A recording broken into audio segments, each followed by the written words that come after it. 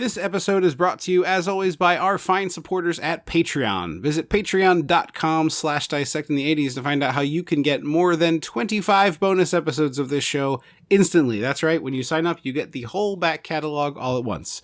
You also get our monthly newsletter where we tell you the things we're watching and give you little extra written reviews of things we have enjoyed lately. Everything on the Patreon email feed is stuff that we like. So if you're interested in other things that we've been enjoying, patreon.com/dissectingthe80s.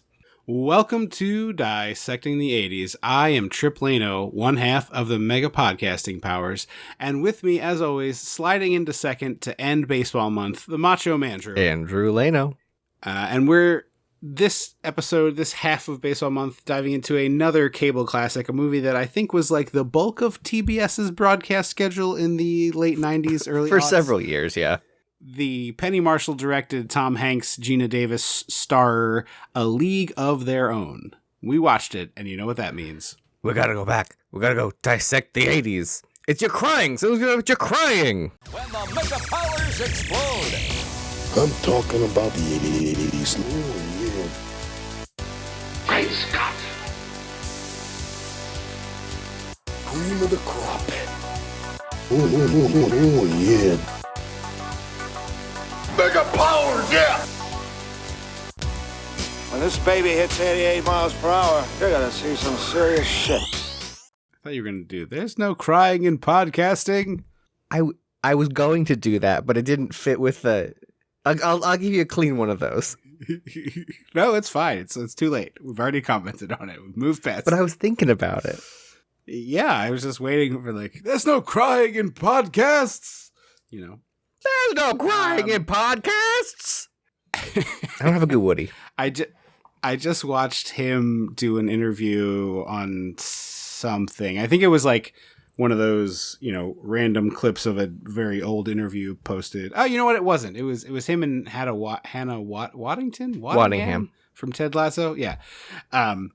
She knows like the whole a Triscuit, a biscuit, da, da, da, da, da, da, da, from Big, the handshake song. And he was telling a story of like Hanks was very young when they were filming that movie. We may have told this story on the Big episode of our podcast, see our previous episode. But he was like, he did this very good impression of Penny Marshall, who was a big, you know, smoker, and she had kind of a raspy voice. And it was like, I know Penny Marshall. She was in Hocus Pocus. well, I know you know Penny Marshall. I'm just making sure the listeners know Penny Marshall. And so she's like, talking to him about this thing, and Tom Hanks apparently had like actually learned it at summer camp, or the other actor had learned it at summer camp, and there was this like you know, they're doing the downtown baby, da, da, and he's doing this Penny Marshall impression. She's like, if you think that's what the kids do now, that's it. It's in the movie. That's all. With her tiny glasses. Yeah, exactly.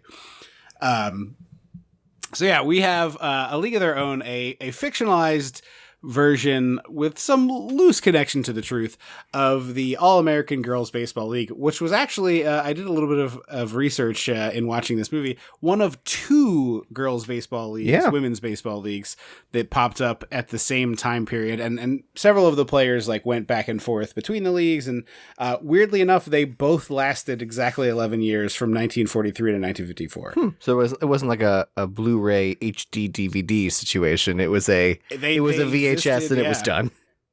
Yeah. They both existed for 11 years, and you know, a number of factors ended up folding.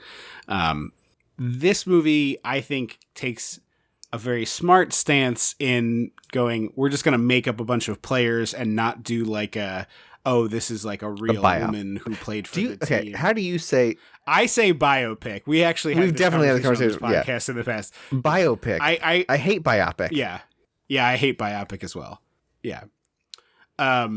But one of my big beefs with this movie is because they don't use the real baseball players, they can't do the shorthandy cheaty stuff that you do in biopics, which is like show the real person's picture and put some text on screen at the end. Like you can't do the thing where like Rosie O'Donnell was the batting champion in 1954 because like, or 1948 or whatever, because it's not a real person. And so because of that, you have this old lady wraparound, which I think just really sucks the life out of this movie. I do love the conceit of the wraparound because it's very nice to see like women contributions to things getting its flowers.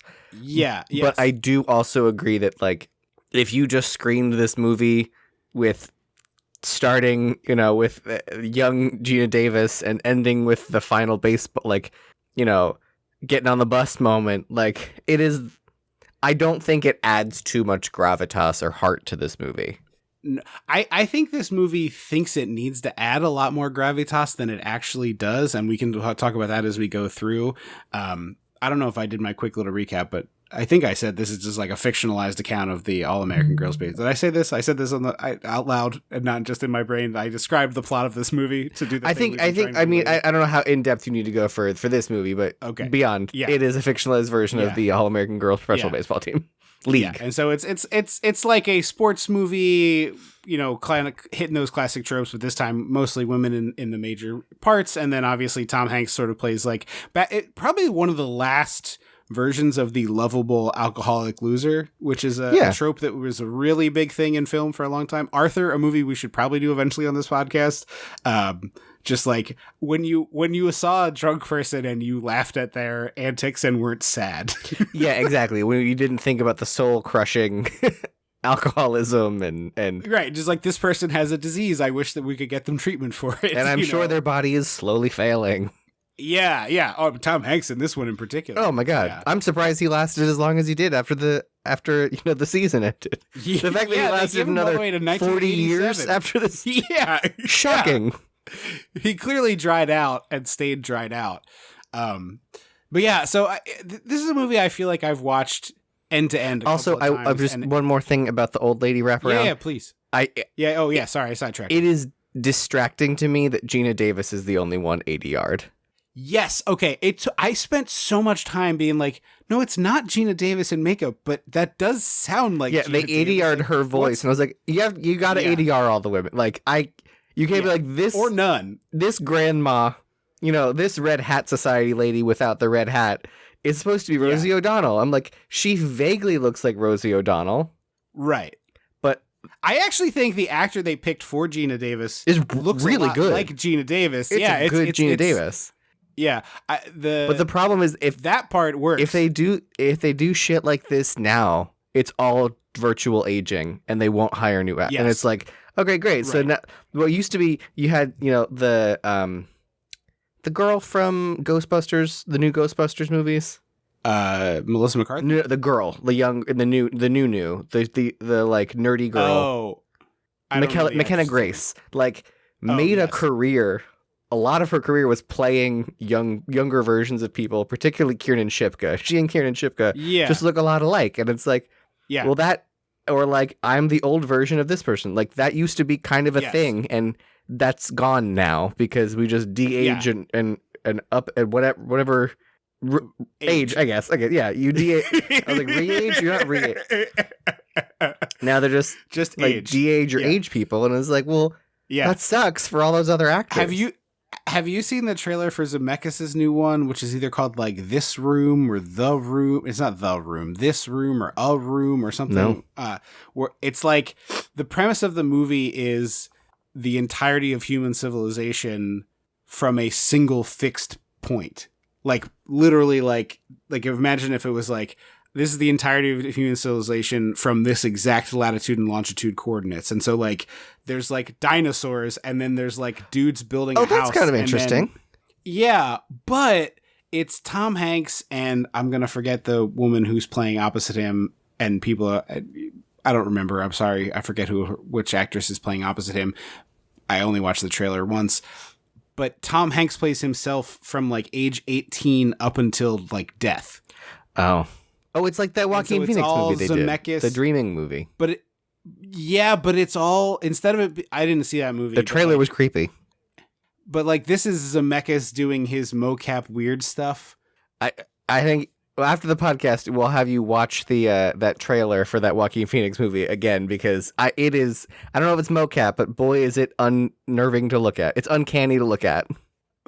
But that's like weird dream logic movie that's supposed to be unsettling. This is supposed to be like, this is a set to that 70s song, like do do do do do do do da da, and it's like, look at this family growing, and there's him falling in love with this woman, and now they're married, and now she's pregnant, now she has a baby. It's supposed to be like a heartwarming family film, not like a creepy nightmare that makes you feel uncomfortable and unsettled. It's like Ari Aster's playing in a different sandbox. Probably. So like, is it that like Tom Hanks plays all of the men that live in this spot? Like, is he the caveman too, or is he like? No, that part I don't know, but Tom Hanks plays Tom Hanks from ages 18 to 800, basically. So it's quite unsettling, I think. You can look it up later. It's not that important. But I agree with you. Like, the CGI aging thing sucks. Replacing dead people with CGI sucks. Like, it's all a bummer. I will say I was glad that we didn't get Geena Davis doing a Beetlejuice-esque, like... No, Edward Scissorhands. Yeah, sorry, Edward Scissorhands. Wrong movie. I remember when I played the baseball. Before like that business. Down, there was no baseball. And then I let my sister win the championship, and Tripp has hated it for 30 years. So, did you watch the Amazon show? No. It was on our list, and we just never got to it. I did. I really enjoyed it. I thought it, like, dipped a little too much into some of the, like, trauma, because it was actually, there were queer people, and it talked about, like, the black people who wanted to play baseball, and, like, it kind of went into everything. And they hit a lot of similar beats, like, Abby Jacobson basically played a Geena Davis type, but it wasn't exactly Geena Davis. She didn't have a sister, but someone ended up getting traded because it was a way to, like, obfuscate getting caught in a gay bar. That was like, we'll trade you and we'll hide the news. And so I'll spoil, so skip ahead a little bit if you don't want this spoiled. But do you mind if I spoil?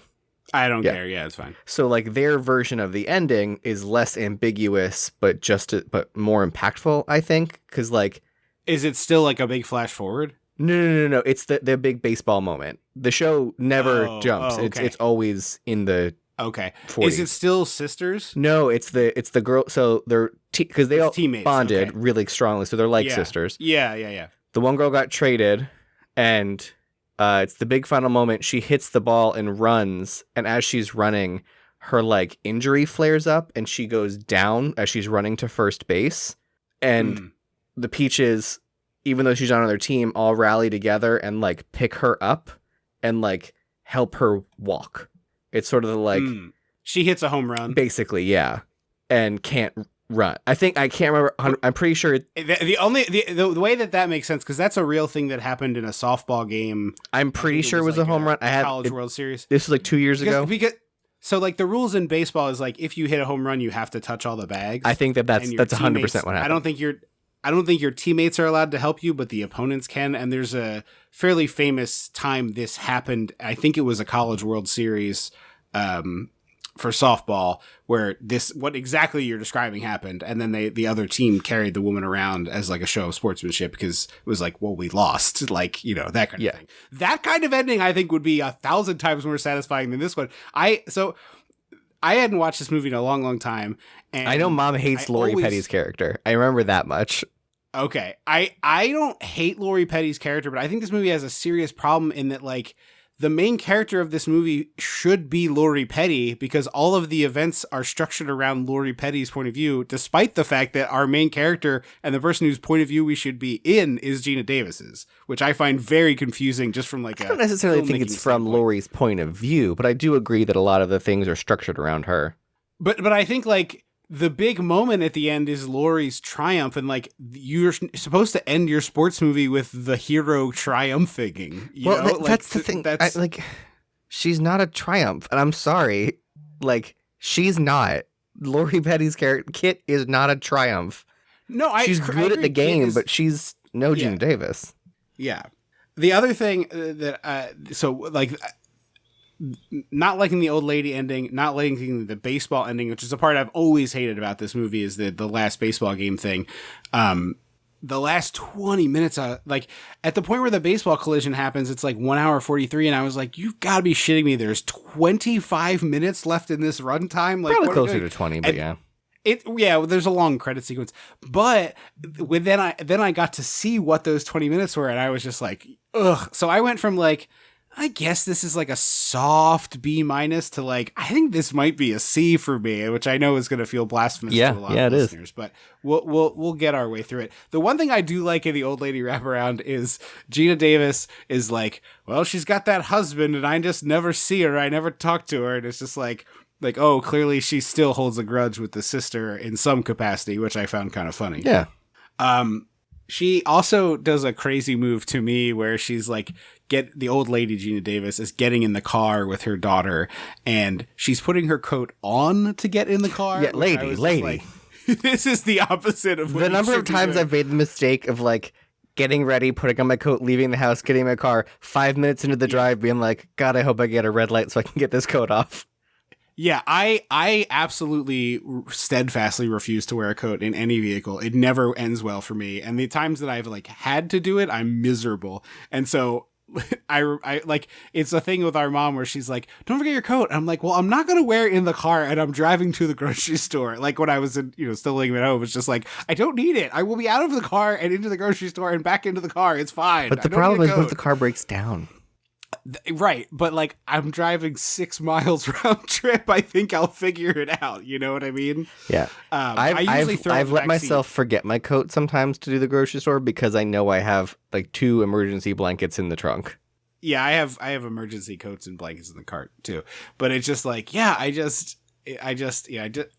putting on that coat, I was like, lady, you're out of your mind. Also, it's the summertime. She's an old lady. You know, old people historically, they run chilly. Yeah. This is written by Lowell Gans and Babalu Mandel, who are both pretty prolific TV guys, and even wrote, I didn't know this existed, but there was a 6-episode or 9-episode TV spinoff of this the year after it came out. So I heard about it, but I never watched it. Yeah. Actually, the second version of that that came out, but I believe they wrote on Seinfeld. I'm double checking this. But they wrote Splash, Parenthood, and City Slickers as well. Did we do Parenthood? We have not done Parenthood. I actually don't know that I've ever actually I haven't. The name sounded vaguely familiar. Okay. They were TV guys. They also did Night Shift, which I think we did on this podcast. And Isn't that Spies Michael Keaton? Like Us. Yeah, we did Night Shift. With the sex workers in the morgue? Yeah, okay. Also Spies Like Us, potential future episode, City Slickers, a bunch of other stuff. But they were TV folks a little bit. They worked on Laverne and Shirley and also Happy Days. So everything fits together in how they got Penny Marshall and Tom Hanks. They're all swirling in the same orbit. And I do think this is really structured like a television setup. Oh, yeah. It's like, this is a perfect movie for cable in that like it's just lots of little segments. But I think you should start this movie with the Harry Shearer from The Simpsons and many, many other comedies doing this newsreel voice of like, these all-American girls are out there playing baseball. Yeah. Which is funny because I have heard this, like, I wonder if this is what they sounded like or this is what TV says they sounded like, because in my head, this is what a newsreel sounded like. Yeah, I feel like, because I know the Mid-Atlantic accent was a real phenomenon. Yeah, for sure. It wouldn't surprise me if there were, like, this voice was prevalent, but not the only voice. Do you know what I mean? Right. But so they're running down the fact that this candy magnate played by Gary Marshall, thank you, who is a substitute for in the real thing. It was the Wrigley Company, hence why the tryouts were at Wrigley Field. They call it something. Did they call it something else? Like they make up they change out the name Wrigley for the last name of Gary Marshall's character. Okay, that's what it was. Yeah, so they just changed it from Wrigley Field to, Also, did not realize it was the gum, like Wrigley of the Gum. I did not know that. Yes. Yeah. The Wrigley of the Gum is the name of the Cubs field. That's wild to think that the gum company was once powerful enough to buy a baseball stadium. Like, can you imagine if there was like, it's Juicy Fruit Stadium? continuously powerful. Well, Juicy Fruit is actually a Wrigley product. Is it really? Yeah. Or Fruit Stripe Stadium? Like, yeah. Also, like short Wrigley season at the Fruit Stripe Stadium. I believe Wrigley is still paying for the rights to it because that's how stadiums tend to work. Maybe it's just funny. Like, I can't tell you the last time I bought gum, and I can't tell you the last brand of gum I bought. Oh, I'm a big believer in Mentos gum. You know what? That's the one Mom gets us for Christmas, right? Yeah, and you can leave it in the car when it's hot or cold. That is 100. You're right, because I do that. I do get. I have a lot of brand loyalty to Mentos. I do like the the circle, the little swirly circle. Yeah, you can try the bubble mint. Not a sponsor. I like bubble mint. I would take their money. I like bubble mint, and then Orbitz did a cinnamon that I liked.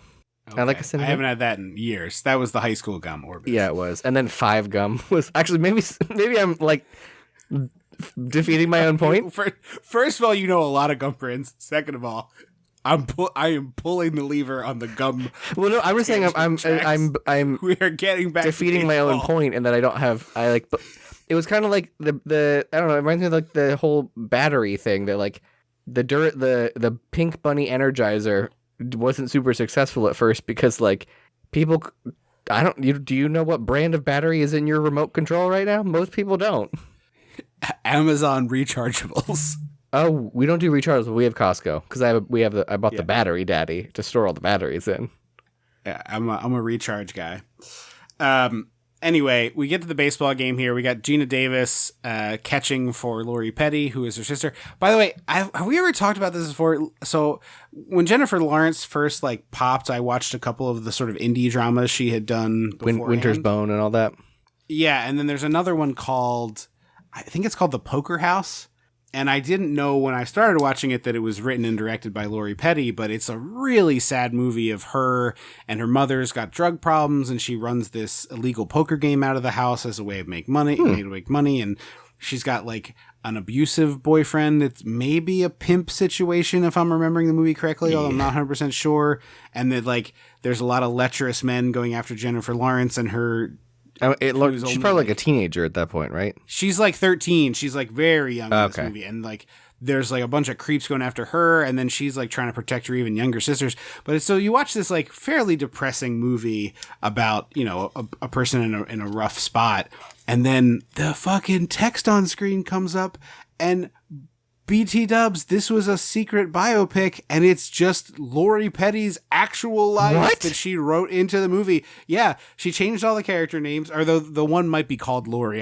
Maybe that part is that again, this was like 10 years ago I watched this, but I remember being like, what the fuck, as this text comes up on screen, and it's like, by the way, all the sad shit you just watched, that happened to me. And I was just like, oh Jesus. My God. I mean, that's a power move right there.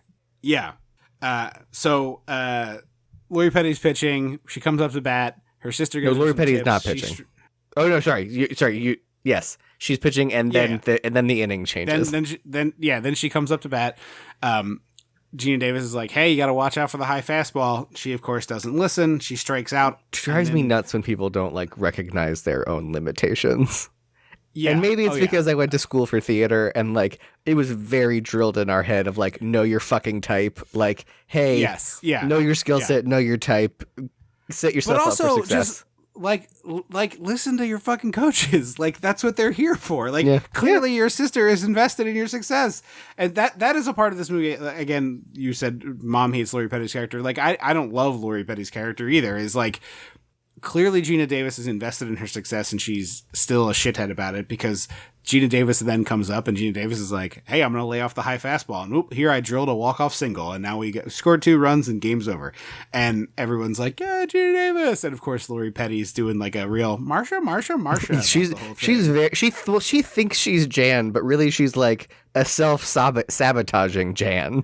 Yeah, and it's like clearly you got a lot of talent. Like, frankly, it's funny. Like, this is such a standard baseball movie trope of like you got a hothead who needs a good coach to corral them, and in this movie, it's like she's such a hothead, we get her off the team entirely, and someone else has to corral her. But she's someone else's problem now.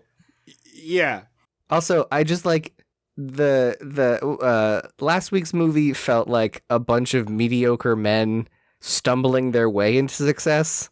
Yeah. Whereas this movie feels like a bunch of like talented women earning success. Yeah. And yeah. I will always prefer the second version than the first version.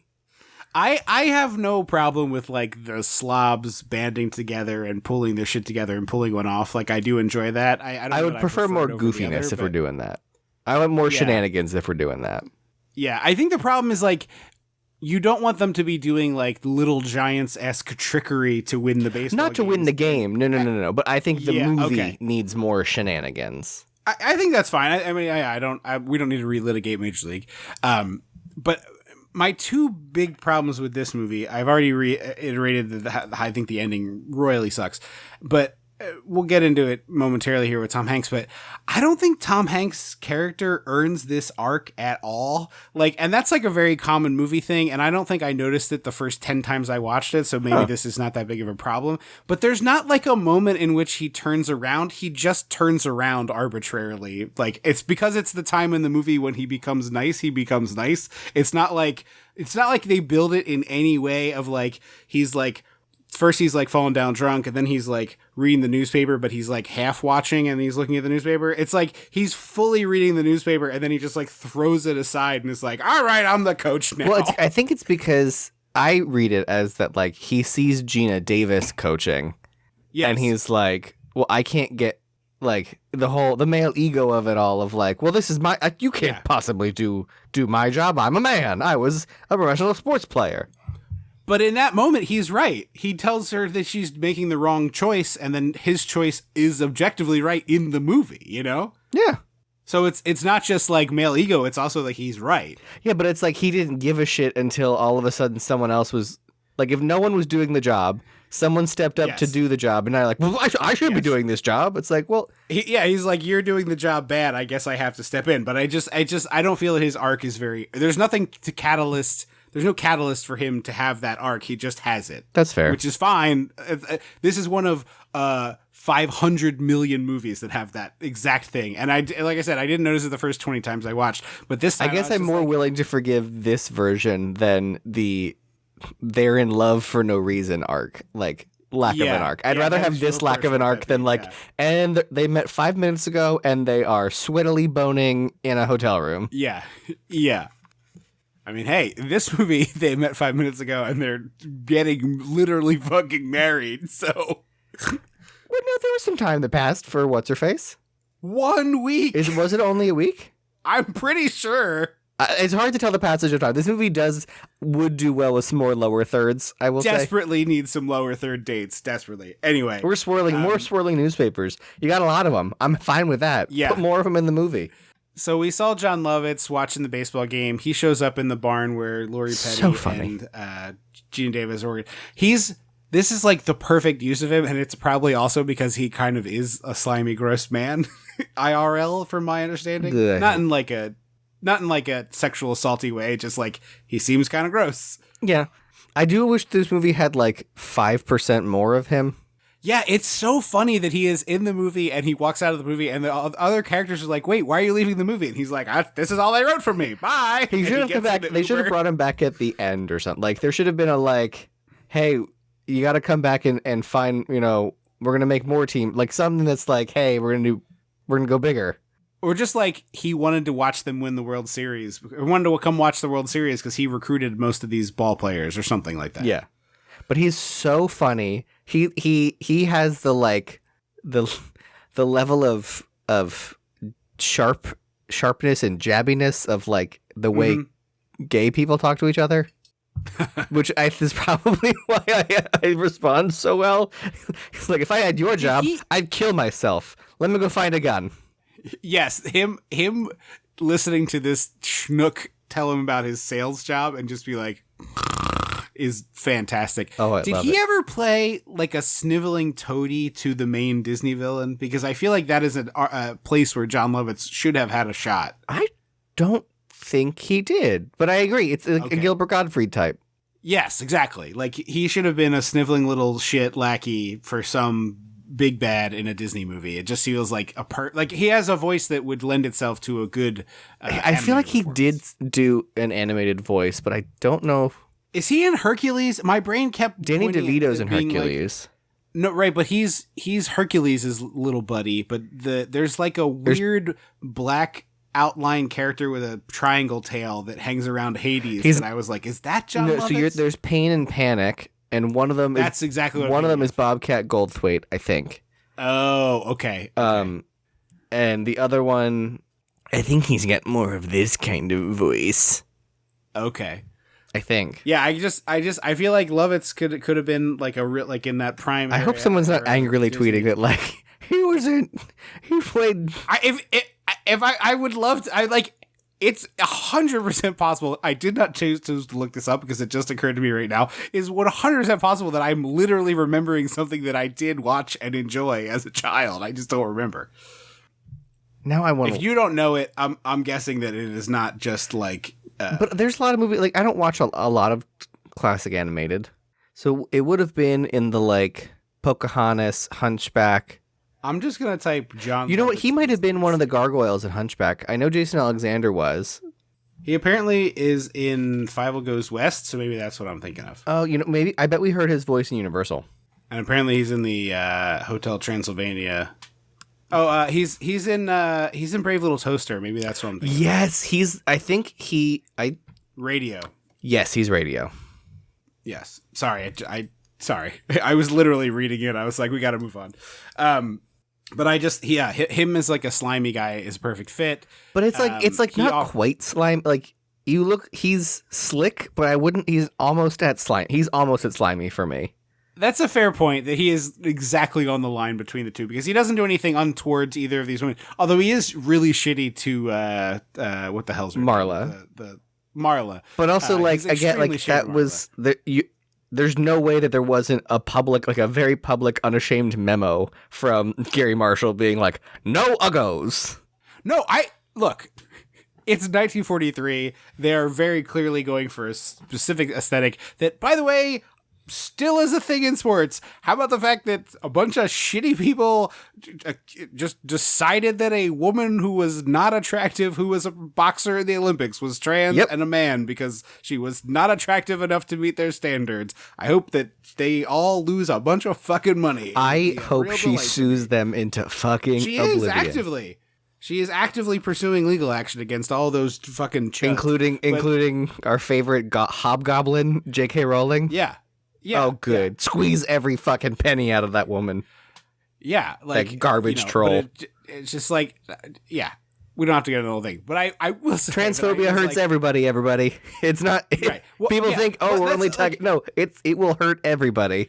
This is like my thesis with like watching this movie. And like, I want to be very clear that what I'm saying is like a very simplistic reduction of the actual harm that comes from racism, homophobia, transphobia, misogyny. Thank you. Like, what I'm talking about is like not even in the top 10, or maybe it hits that mark. But I realize I'm rejecting it. But it's like, what a huge waste of talent that goes unutilized, unused by people just like not thinking that groups of people are capable of things. Like beyond the horrible actual, Jim Crow laws and racism in the ways that like directly affected people's lives, which obviously is more important and worse parts of racism than I'm talking about. But it's just like the fact that so many people had so much opportunity and talent and it just got thrown away because people were incapable of thinking that people were able to do things that they thought they could. Even in recent memory, like Susan Boyle. We all lost our collective mind for Susan Boyle because it was like, she's ugly and she can sing. Yeah. It's like, right. She wasn't like breaking mirrors by looking at them. Right. She wasn't on the cover of Maxim, but she wasn't like she was she was a normal looking older woman who like wasn't styled, Exactly. Like, a middle-aged woman who looked pretty normal. Just needed a friend and a shopping trip. Yeah. Yeah. But yeah, it's like you like thinking about this movie has a lot of it in the like quiet gender politics of it, and like we'll talk about more of it as we go. But like Dottie's character is like, I don't want to play baseball. Like I don't have desire to do this, which is fine. Like it's like her choice is completely fine. Like, I'm not saying her choice is wrong, but it is a waste of her baseball talent. Which, as a viewer of this movie, as an audience member, it's like Right. You should want to play baseball. Right. It's like you can do both of these things. The baseball season is short, get pregnant right at the end of it, have the kid, and come back next year. Like, this is very doable. Because I always Bill Pullman's baseball gonna get a season good always pension. confuses me because I have such strong memories of like the Phillies winning the World Series in like 2011, 12? 2008. 2008. Oh, sorry. I was thinking in college, not high school. Yeah. I graduated high school in 2010. And I was going 2 back from there, from college graduation, not high school. And so like, I was like, oh, that was in the fall. So my brain is like, oh, baseball's a fall sport, but like, no, it ends in the fall, but it starts in the summer. It's so like, it is very confusing in my brain because it was like, fall is baseball season. It's like, no, that's the end. That's about when football's starting up. Yeah. Yeah. Baseball is April to October, which is a long season. Yeah, that's long. And there's but so back I know then, football's most like Sunday and Monday night football are a thing. Is there a night is there a baseball night that's typical? Every night. Every night is baseball. Every night is baseball night on TBS. I mean, they play 162 games in 6 months. That's so many games. Basically, they play every day. Sometimes they play twice in a day. Love it. Okay, so he offers them $75 a week, which is the equivalent of $1,362 a week. Not a bad salary. Jesus. And it basically comes down to a 2-for-1 deal. Geena Davis doesn't want to go. Lori Petty does want to go. Geena Davis is like, no, you should take her. And Lovitz is like, I saw her play. I didn't see your sister pitch. So if you come, he knows the score, and he's too. Like, we really want her. Yeah. Her sister's desperate to go, so I'm going to let me just trick Geena Davis into coming. Yeah, and it basically, we get the he says it's flat out. He's like, if you suck, it only costs us a train ticket. Yeah. It's like, there's very little investment involved. Which a train ticket was probably what, $3? I mean, yeah, I can't imagine it was, even if it was 10, it's like, who cares? It was like a week's salary, 75 for this player. Who cares? We get some nice B-roll dialogue, basically from the Carousel of Progress as we like mosey along the train. I feel like America on the move. You're right. It is very Carousel of Progress. You're right. It's like, in 1944, it took us 7 days to cross the continent on the railroad. Now it's only 6.5. That kind of business. The wash takes 4 days. Exactly. Here's where we recruit Marla. And obviously I get that Marla is like the unattractive person in the movie. I mean, she's an actor in a movie. She looks fine. But like, Lovett's reacting where he like literally multiple people recoil from this woman. Recoil in fear. That's the word I wanted. It's just like, come the fuck on. Make this woman look uglier if you're going to do this. Like, give her a big witch nose. You know what I mean? Like, well, I think really go into the old hag. I think the problem is, so also, quick detour. Netflix is putting out a movie about a book series so this year it is being released. It was filmed 2 years ago about a book series that I read in middle school. So, 15, 20 years ago? And it's called Uglies. And it's a dystopian young adult, like right before that became the only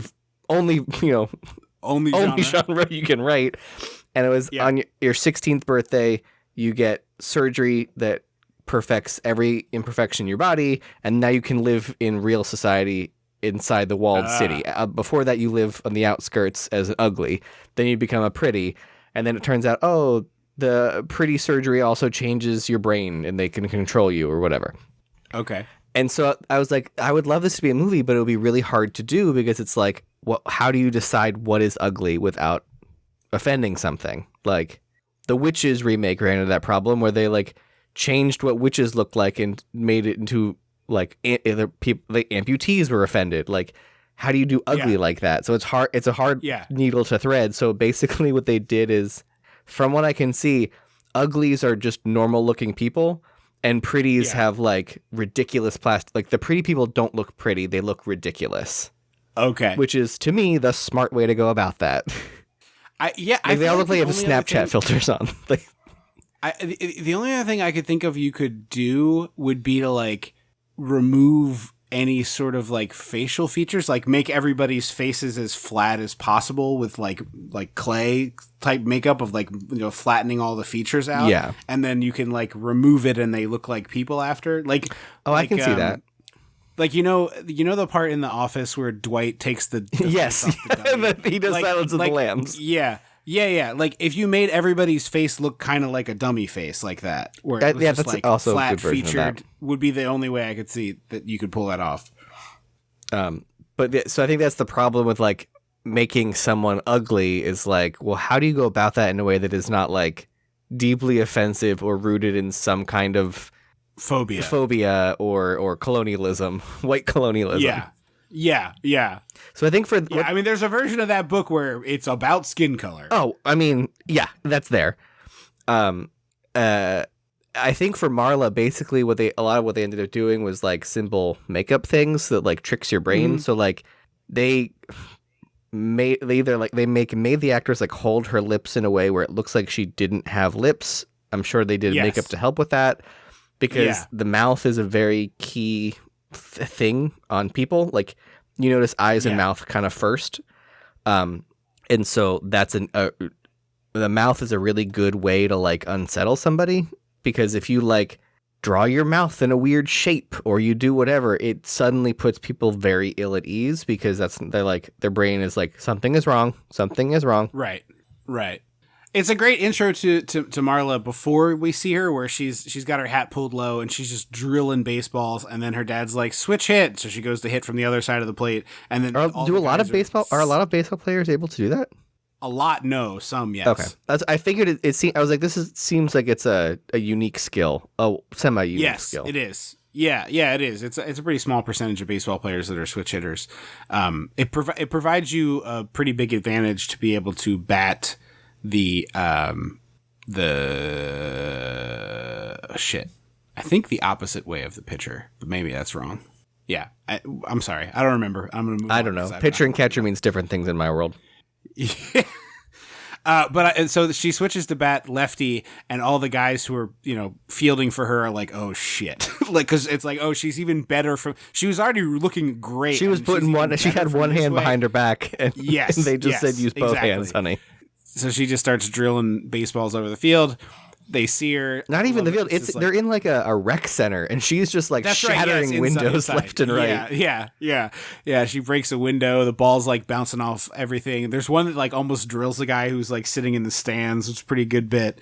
But Lovitz is like, no way, she's Uggo. So the Geena Davis and Lori Petty kind of stand up for her. And then there's a nice moment from the dad where he gets to give this little speech of like, look, I don't know how to raise a girl. I was doing this by myself. It's a nice moment of like non-toxic masculinity. Yeah, it's very healthy. It's toxic or healthy are the two options probably. I don't know. I don't know if there's probably a middle ground betwixt those, but I think it's fine to say this is like healthy and good, that he's just like, this is all I knew how to do, but it's, Yeah. In my head, I was like, oh, I bet they're going to be like, all she needs is some makeup, and they're going to like quickly throw some blush on this woman's cheeks or something. But that doesn't happen until later. No, much later. No, basically, she doesn't need lipstick. She needed alcohol. She needed alcohol and a curling iron. And yeah. She needed some confidence and know how to hold her head in the right position. So they get to the ballpark, and there's a and Lovitz leaves the movie. He truly takes an Uber right out of the movie. It's the rare instance of a character being like a meta Uber. Yeah. He's like, well, that's my time. And they're like, wait, what? And he's like, oh, not in the movie anymore. Goodbye. And it's truly the end of Jon Lovitz in this film. Also, I have to say, I hate when they get attached to me. I always loved the visual of someone running to jump onto a moving train. Not a fast train. Oh, but like yeah, the train has left this station and is starting to pick up speed. And like the girls are running with their suitcases, and they're like, Gina's like throwing it in and then like lets the train go so she can like pick up speed again to throw the next one in. Yes. It's really nice. Yes. Yeah, it's probably my favorite visual moment of the movie, where she like pops in, throws a suitcase, goes out of frame. Pops in, throws a suitcase, goes out of frame, and then you hear her be like, "Give me your bag." Yep. Pops in, throws Lori Petty's, goes, and then we cut to the outside, and she like makes sure her sister gets on first, and it's just nice moments between the two of them. I do agree. We get on the field. The music is super Toy Story. Yeah, it is. It's Hans Zimmer. Is it really? Yeah, I would never in a million years. Not a bomb to be found. Not a bomb to be found. Yeah. Well, also it's not sweeping. Like he does big sweeping and bombs. Yeah, that's true. Like he did Lion King, which is big and sweeping. Yeah. So we get Rosie and Madonna, who are a great yin and yang duo here. Even if I don't care for Madonna, I love Rosie O'Donnell. That's interesting. I think Madonna's like a nice spice in this movie. I wouldn't. I mean, as a person, I don't like Madonna. Actor. Like, oh, okay, sure. She is always late for her, like 3 to 4 hours late for her concerts, to the point where her fans are suing her.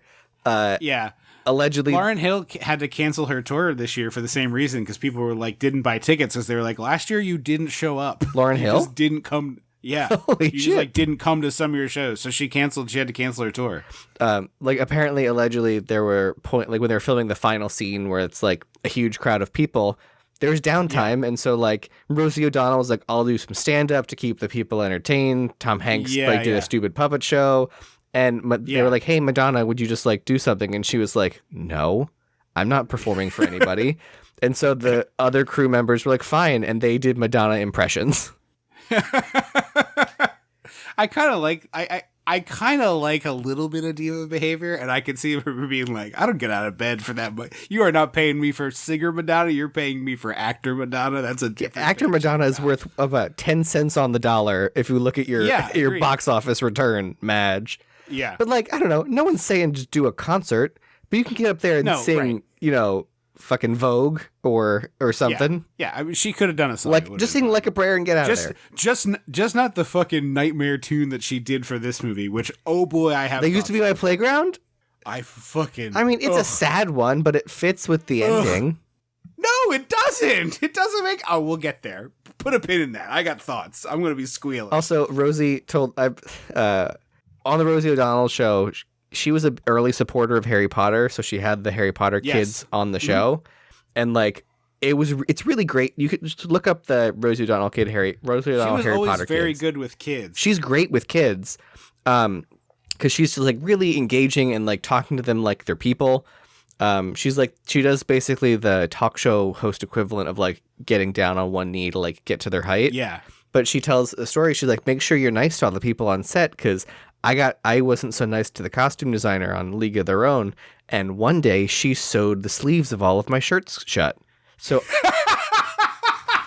that fucking rules. That's the best. So I went to get in my costumes and she was T-Rex arming it. Not even because they're short sleeves. So she's just like, that's fantastic. Yeah. There's a great clip. He's not the world champion anymore, but one of the top guys at AEW is MJF. He's from Long Island. Mm-hmm. He's a very good singer, like legitimately. Oh, cool. And as a little kid, he sang opera. Like as like, oh no shit. So he was on Rosie's show, and she was like, "What do you want to be when you grow up?" And he's like, "I want to be an opera singing wrestler." And she was like, what? Like, that's a thing? And he's like, yeah, I'll be it. And it's like, he didn't pursue the opera professionally, but he's a very talented singer. And he was, is, you know, a world champion in AEW. He's, he's one of the best. Does he ever like sing as part of his stuff? They did a whole really ridiculous Me and My Shadow thing a couple years ago with him and another wrestler, and he was sort of like being this guy was like his mentor, but you knew the team, like you knew eventually he was going to try to cut his legs out. Yeah, and they did this whole big Me and My Shadow with like top and tails and the whole bit. That's fun.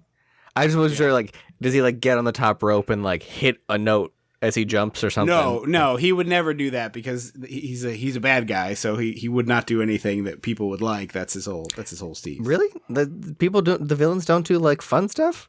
Villains don't do flashy and cool stuff because that makes people cheer and they want to get booed. Oh, I assumed that villain was like a state of mind. Like Disney villains, how we all like all the queer people want to be them. People do like the guy, but yeah, anyway. We get a quick shot of, so we got Rosie O'Donnell here and Madonna. Madonna firing up a heater, smoking right on the field. Yep. Which is something I love to see in old sports clips. You see like clips of hockey players in the 70s, and it's like between periods, they show them in the locker room, and it's just a cloud of smoke. Everybody in there hitting a dart. Like, Jesus Christ. But they have a good energy, and we get the famous moment of like Rosie whips a ball, Lori Petty dives out of the way, Marla dives out of the way, and Geena Davis just like calmly bare hands it, like, and then the two of them are like, oh, you guys are good, we're gonna hang out with you, like, yeah. I feel like we've all been to open calls, like any actor's been to open calls like that, where you're like, I'll hang out with you. You seem sane. Yeah, we get a brief shot of Rance Howard listening to the radio. Which I like quite a bit. And you get your classic gender binary morality panic of an old lady in a Sunday church hat being like, these ladies aren't ladies because they're playing baseball. Yeah, it's like it's just the same fucking playbook. And like, even if it wasn't accurate to 1943, which I think it probably is, it's like, well, it was at least accurate to 1992 standards. Like, Jesus apparently, Christ, get a different play. Allegedly, the ladies' baseball team were very successful from the beginning because it's World War II. The Depression ended very recently. Just a hop, skip, and a jump ago. You could turn around and spit on the Great Depression. Yeah. And they were playing in places that like weren't major cities. So these Rockford, Illinois is not like a hotbed. Yeah. They're not going to Chicago. But they're like, I can see a live sporting event for, I don't know, 15 cents, 20, or whatever it was. Right. Like, nickel. Yeah, whatever it was. Yeah. So they were very successful because people were desperate for something to do that wasn't go watch a newsreel of dead bodies and Nazis. Right. It's just like, just the very idea of like, hey, for 2 hours or so, I don't have to think about the fact that my husband's not coming home. Yeah. Or my brother or my whatever, you know. For 2 hours, I can eat a hot dog and watch ladies throw balls around. Yeah, not that way. Shirley can't read. This is kind of a nice moment. It's kind of heartbreaking when you first see it happen. Yeah. That it, like you finally realize what's happening here. She's like standing at the cast lists, if you will, and the rosters, I believe, is the term in baseball. In case you want to get it right. And the coach keeps being like, if your name's on the list, you have to leave. Is your name on the list? What's going on? Check the list. And she's not moving, and you're kind of like, what's going on? And then one very nice lady, I think it's Penny Marshall's daughter, actually, is like... Is that right? Okay. Because I think it's Betty Spaghetti. Is it Betty Spaghetti? I'm not sure if it's Betty Spaghetti, but that's fine. Yeah, she because it is a peach. She's like, can you read? And the woman goes, no. And it's like, well, that's... Come on. Someone should be there to like... Yeah. So somebody helps this girl out, thankfully, and she has made the team. And that becomes kind of a small running gag where they're teaching her to read. The best payoff, honestly, is Madonna having her read the Harlequin romance novel. The Milky White Breast later in the movie. They see the uniform and the women get very upset about it, which is to be expected. It's not a very good uniform to play baseball in. And I like that we see like them get paid off later where like one of the women slides into third and we see her just like a huge bloody bruise on putting the ice pack on. Gnarly, huge bruise. And the guy, Ira, I think his name is like, well, if you can't play in these, you can't play for us. And I'll go get one of the ladies off the train and they will do it. Right. Because you have no power.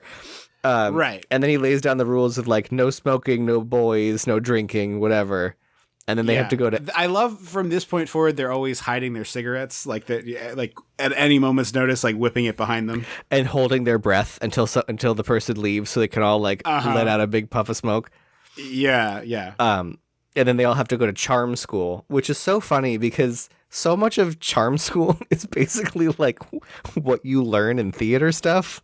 Like how to sit like a lady. Gracefully and grandfully. Gracefully and grandfully. How to sit like a lady. Also, there's a weird, when they're like going to check the rosters, there's a weird ADR line that I like swore up and down was Joan Cusack. And I was like, oh, maybe she's in this movie. I just don't remember. Her sister is. It's like, there's the third Cusack? Yeah, Anna Cusack. Or Ann Cusack. One of them. Oh, maybe it's that Cusack that just sounded like, because it's like, if we just form 3 orderly lines, we'll be able to see this better. Oh, I never thought that was Cusack. Well, I can give it a re-listen. I do love the gracefully and grandfully. I think about that whenever I'm doing anything remotely like this. Madonna's fully hitting on Ira. I fucking Ira into next week. They have to sit one of a couple times. Cross your ankles, tuck them under you. Tuck them under you. Then the lady's going down the line being like, cut your hair, put on rouge. You're good. You're good. You're good. And sees Marla and recoils again. And her recommendation for to help Marla is night games. Yes. Which, great joke, awful for women. Yeah. I mean, it was going to be awful no matter what with Marla, of course. But at least it's a funny joke. Yeah. Tom Hanks gets recruited by Gary Marshall to be the coach, and we find out he's kind of like drank away the end of his career. He is then like introduced to the team just moments later by stumbling into the locker room and doing one of the longest pees in cinema history. It's up there with Austin Powers. And I always remember the Cracked After Hours, where they discuss how Tom Hanks wants you to watch him pee on stuff because he pees in so many of his movies. Yeah, it's like Tom Cruise likes the way he runs, so he runs in every movie. Yeah. There's also when the moment where the woman is going down the line being like eyebrows, nose, whatever, to all the women, there's a split second of Téa Leoni, who then is later one of the Racine, I think she plays first base for Racine, but she's listed on IMDb as Racine first base coach, which is just objectively not what she's the Racine first base player. Yes, exactly. Hanks also rips up his baseball card that Betty Spaghetti wanted him to sign. Yeah, she's like, oh, it's my husband's card. If something happens to it, he'll never forgive me. Which is especially brutal because her husband dies later in this movie, which is one of my other beefs with this movie. We'll get to that. Well, they had to add drama. I just don't think that kind of drama needs to be in this movie. Look, if the TV show, the Amazon show, had to have a brutal bar raid, a brutal gay bar raid, and arresting, then I think this can be in this movie. But, like, that's not the tone of this movie. This movie isn't my husband died in the war. That is not the tone of this movie. And in this movie, not understanding that is part of my beef with it later with that dreadful dirge of a Madonna song. Geena Davis has Dottie to step makes up. the lineup. Yeah, because Tom Hanks literally walks in, pees, shreds a baseball card, and leaves without acknowledging anyone in the room. And then we get a guy not heckling a player, but heckling the very idea of the sport's existence. And it's just like, why did you pay to come in here? Like, I know we just talked about there's nothing to do, but surely you could just have gone to a bar. I mean, why do hecklers heckle? Like, you paid for a ticket to do this? Going into a thing and heckling the opponents is fine. No, like, well, people heckle comedians. People go to comedy shows just to heckle the comedians. I was talking about sports. Do not interact at a live show in any way other than to clap and cheer. Like, or tip. You can clap, you can cheer, you can tip. Yeah. These are. Or if there is like a direct question asked to the audience and you know the answer, that's fine, of course. But like, I'm talking about sports. Like, heckling is a part of sports, and like whether you go to an event in Philadelphia and you boo your own team or you go and boo the other team, like, that's fine and normal. But this man is like, you can't play baseball, you've got vaginas. And it's just like, well, why are you here? What is the purpose of your time here? Yeah, he like rolls up his pants into shorts and is like prissy pantsing around. And then I don't remember her name, she was Miss Georgia, they say in a minute. Yes. She just like cracks him with a baseball. Yes. Pretty good bit, honestly. Oh, it's great. Her getting him with the ball is pretty nice. And she's like, it slipped. It's pretty good. Also, I'm not a sports guy, but I really enjoy the sound of the bat hitting the ball. Oh, yeah. Like one of the best sounds in anything. That crack just has a nice depth to it. Uh-huh. Very satisfying. I will end up having gone to like 5 or 6 baseball games this year just out of like pure circumstances. Oh. I'm a very, very casual baseball fan, although I've been following the Phillies pretty aggressively. They've been pretty good this year, although not lately. But of all the sports, like all the ones I liked and whatever, the ball hitting the bat is like one of the best sounds in sports really good sound. at all. I'm not a huge baseball fan, so. Dottie gets a walk-off. Did I write dinger? Did she hit a home run here? I forget what it is. I think she has a home run. She gets another walk-off. She gets a home run. Yeah. And then they give Hanks they give Tom Hanks credit. Like, boy, did Tom Hanks do a good job with her. She gave her it's like a whole bit of like, will she it's 3 balls, no strikes, and it's like, will he tell her to swing or will he tell her to get the walk? And he's just like idly scratching his nuts, drunk as a skunk asleep in the dugout. So she hits the home run. And then David Strahan, who is the guy we've seen like sort of running the league for. Isn't he the football player with the gap tooth?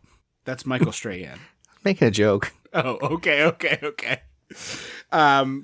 He's a good character actor, straight hair, and I feel like I've seen him in a bunch of stuff. I know him more as a like a host now than I do.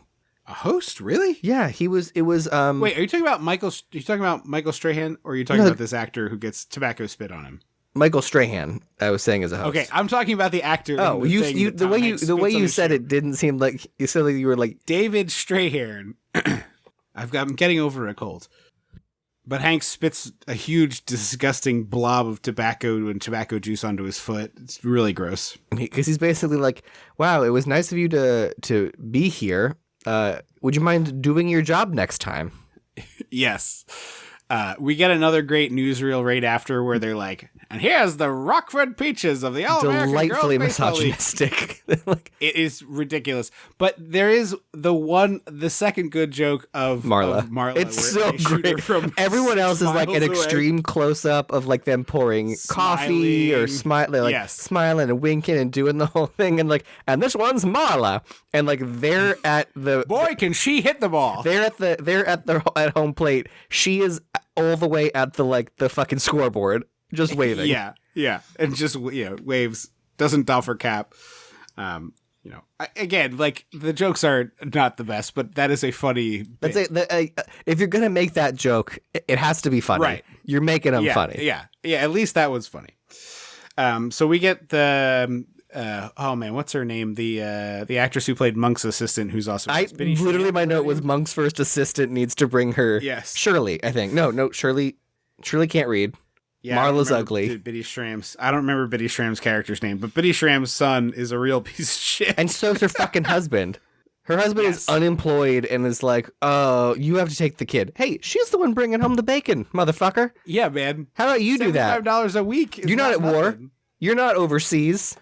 Also, how are you unable to get a job? He must be just like fall down drunk. He has to be. They needed warm bodies at that point. That's why women were allowed to have jobs. Yes. And I think I've pitched it before. I'll pitch it again. If someone wants to like work it out, workshop it with me, I want to pitch an alternate history, like how like the Man in the High Castle was like if Germany won the war. Like my alternate version is like, what if the war ended and the men came home and the women said, "We're not giving it up. I'm not going back in the kitchen. So you can go back in the kitchen. You can like do whatever." And like what the version of the world looked like if all of America's women just collectively were like, "Yeah, no, I like working and making money and being the active one. I like being the salaried employee in this household." Absolutely. It's a very interesting, like they talk kind of explicitly about it, like, well, it's like, well, what are we going to do? Just tell them to go back in the kitchen? And they're like, yeah. Yeah. Like, oh, right. That's exactly what they did. No shit. Yeah. But like, I would love that, to see what that looks like. And if anyone knows of media that is that, let me know and I will consume it aggressively. The shitty kid covers the bus driver's eyes, and I love that this is like a thing in movies where someone gets their eyes covered and immediately starts just like jerking the wheel wildly from left to right. Get your eyes covered on a lonely dirt back road cornfield. Like you can stop. There's no one around you. You're not in traffic. You're not in New York City. Even if you're on the highway, take your foot off the accelerator and slowly depress the brake. Like, I'm sorry, that's the answer. It's not that complicated. Don't swerve. What are you doing? Yeah, this child needs stimulants or tranquilizers or both. He causes the bus driver to quit, so Tom Hanks decides to drive the bus. I love Tom Hanks. Like, they wake Tom Hanks up. He's so drunk that he kisses the chaperone. She realizes what he's doing and freaks out. And then he's like, "What's going on?" And they're like, "Lou quit." And he goes, "Who's Lou?" He's so fucking drunk. And it was just like, well, you should drive. It was the same joke that they ended up doing in the Suicide Squad, the second one, when they were like, "They got Milton," and everyone's like, or Harley's like, "Who's Milton?" And they're like, "The guy on the bus." She's like, "I would remember if there was a Milton." Yeah. They say they're gonna poison the chaperone, and I thought, so. I was like, oh, they're going to knock her out. They're going to put like Ambien or sleeping pills. Wildest version of this Ipecac in her food, apparently. Yeah. Like, it's pretty normal in a movie. It's not a good thing to do to another human being, but pretty normal in a movie for there to be like, oh, she's asleep because we shook a melatonin into her, whatever. Yeah. We put a sleeping or small soldiers when they pop like what are those I think it's sleeping pills. They like fire sleeping pills from a catapult into Maria Shriver's drink. That's right. I forgot about that. But this woman is throwing up so violently, she's likely to have burst a couple blood vessels in her eye. She should have blood red eyes and blood and a blood red toilet. Like And all the men are like, oh yeah, because it's like Hanks is like, I've been there, and it's like, no man, she's not drunk. This is not what you think. She's not. Also, normally when you're drunk throwing up, it's not this volume for this long. It's a couple times and then you're done. Your body's like, well, we got rid of that poison. Yeah. This poor lady. So the ladies go to a swing dance. Also, I do have a question, and I'm curious if audience members have an answer. Is this the last proper on-screen Hanks scream of like the 80s style, like that he would do? That like he does it as Woody, but that's animated. And so I'm putting the question to our listeners. Would you say Wilson counts? No, I'm talking about the 80s Tom Hanks scream where he like in this movie he gets woken up from the nap where he's drunk and he does this, and then he kisses the woman and then he screams and then it's like, who's Lou? That Tom Hanks 80s scream has been like phased out of the Tom Hanks ouf-wah. And he does it as Woody, I think. He definitely does it as Wilson is not it's this I will argue it's the same energy as Woody. No, Wilson. No, not Wilson. I'm saying the scream you're describing to me is the same energy he puts into Woody. Woody does the Tom Hanks scream for sure. Yeah. In multiple movies. But I'm saying the last time we see Tom Hanks do the Tom Hanks yell. Probably you're right, because he's kind of mellowed out into doing right. He does boring. Unless Geppetto yells, and because no one fucking saw that movie. I did not. And then he did that like real heavy drama where he was like a piece of shit guy who was like, I want 2 feet of rope. I don't want to buy 6 feet of rope. Have you seen those clips?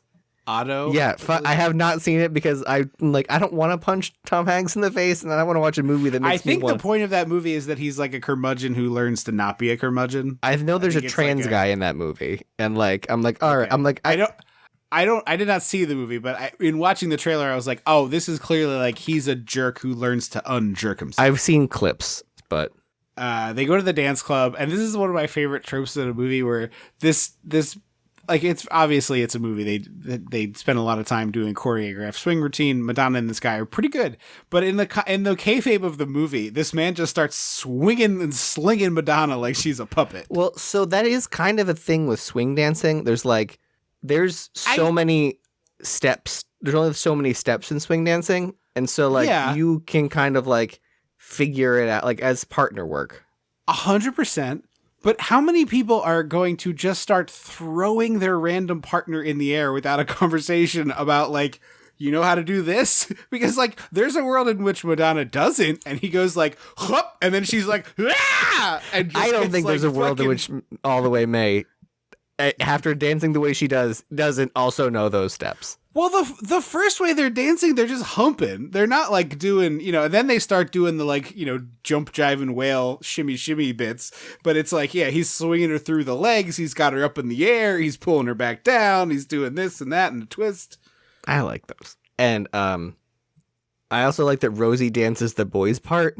Yes. Because so May is dancing with a boy. Rosie jumps in, so May dances with another boy. And all of the boy is thinner than Rosie is. And so he's doing all of the girl parts. So he's flipping over Rosie. He's going through Rosie's legs instead of the other way around. It's a pretty good bit. I do wonder if that was like her pushing for it with her. She has good comedy instincts. Was just curious if that was she's so funny. Where that came from. I love Geena Davis gets driven to the club by like a 12-year-old boy. A child. Who starts literal child who starts macking on her, and she's just like, well, no, he's hitting on her, not macking on her. To me, macking means kissing, usually. Okay, well, we definitely used those terms interchangeably when I was a youth. Oh, so, in my youth, it was macking on someone was kissing. He is hitting on her. In any case, and she just is like, no, and gets out of the car. I don't want to hit a child, so I'm going to get out of this car. Yes. And she's like, Beat it! The cops are coming. The chaperones are on. Not on our trail. the owner of the team. Yeah. And Rosie says, "Let's make like a bread truck and haul buns." And I never noticed that before, but I'm totally stealing that. Yeah. Meanwhile, Marla won't leave because she's drunk as a skunk and singing "It Had to Be You" to this guy who looks like an accountant. And it's not like, I feel like if they did this today, it would be like perfect auto-tuned, like it's a number. Yes. Yeah. But she's just like a normal person singing. Yeah. Average. Like she's not bad. She's not great. She's right in the middle. She's fine. Yeah. Yeah. Exactly. It's funny that she is not bad. Yeah. You know what I mean? Like you're like, oh, she's fine. You know, it's kind of the energy. Yeah. You know, if she gets up with it, if she becomes like gets a solo in the church choir, I believe it. You know. Right. Exactly the right level. Yeah. And she found a man. And yeah, she found a man. Cut to the next morning, Madonna's in the confessional, and she's in there for a long time. The priest keeps dropping his book, and he comes out all sweaty, and she just is like, well, I feel unburdened. Yeah. I love her character in this. It feels like a very specific kink she's indulging in, but... oh, yeah, 100%. 100%.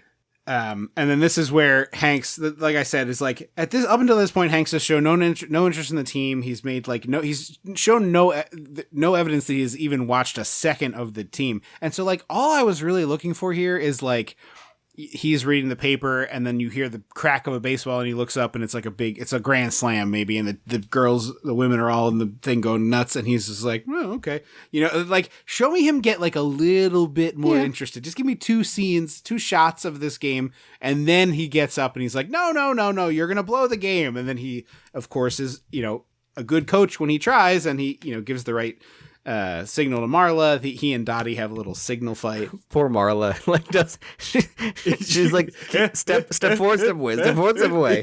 Yeah. In the box, no. So they win, and then there's like a nice moment with Geena Davis and Tom Hanks of like begrudging respect from Geena Davis. That like, look, I'm not saying you don't have the talent, but you're literally sitting over there. He's like, I'm the coach, and she's like, so act like one. Yeah, exactly. This is the learning to read the porn book, which is nice. And this is sort of a general montage of like getting to know the players a little bit more. We see them have a little bit more. And Squiggy is the announcer. I forgot that. Yes, Squiggy is the announcer for the team for like, although I don't know, he's not at all the games. So I don't know how it's working in this setup, but it's the home games, I think. Oh, okay. He's their home announcer. Hanks, starts yelling at Biddy Schramm. You know, this is the very, very famous line from this movie. There's no crying in baseball, but she's like getting very upset. It's so funny what lines just like click with the cultural consciousness. Like, yeah, I think if you showed like a Gen Z or someone who'd never seen this movie before, I don't know that they would necessarily be like, oh, that's a line that we all need to remember. Right. It's just when it came out at the right time, and then.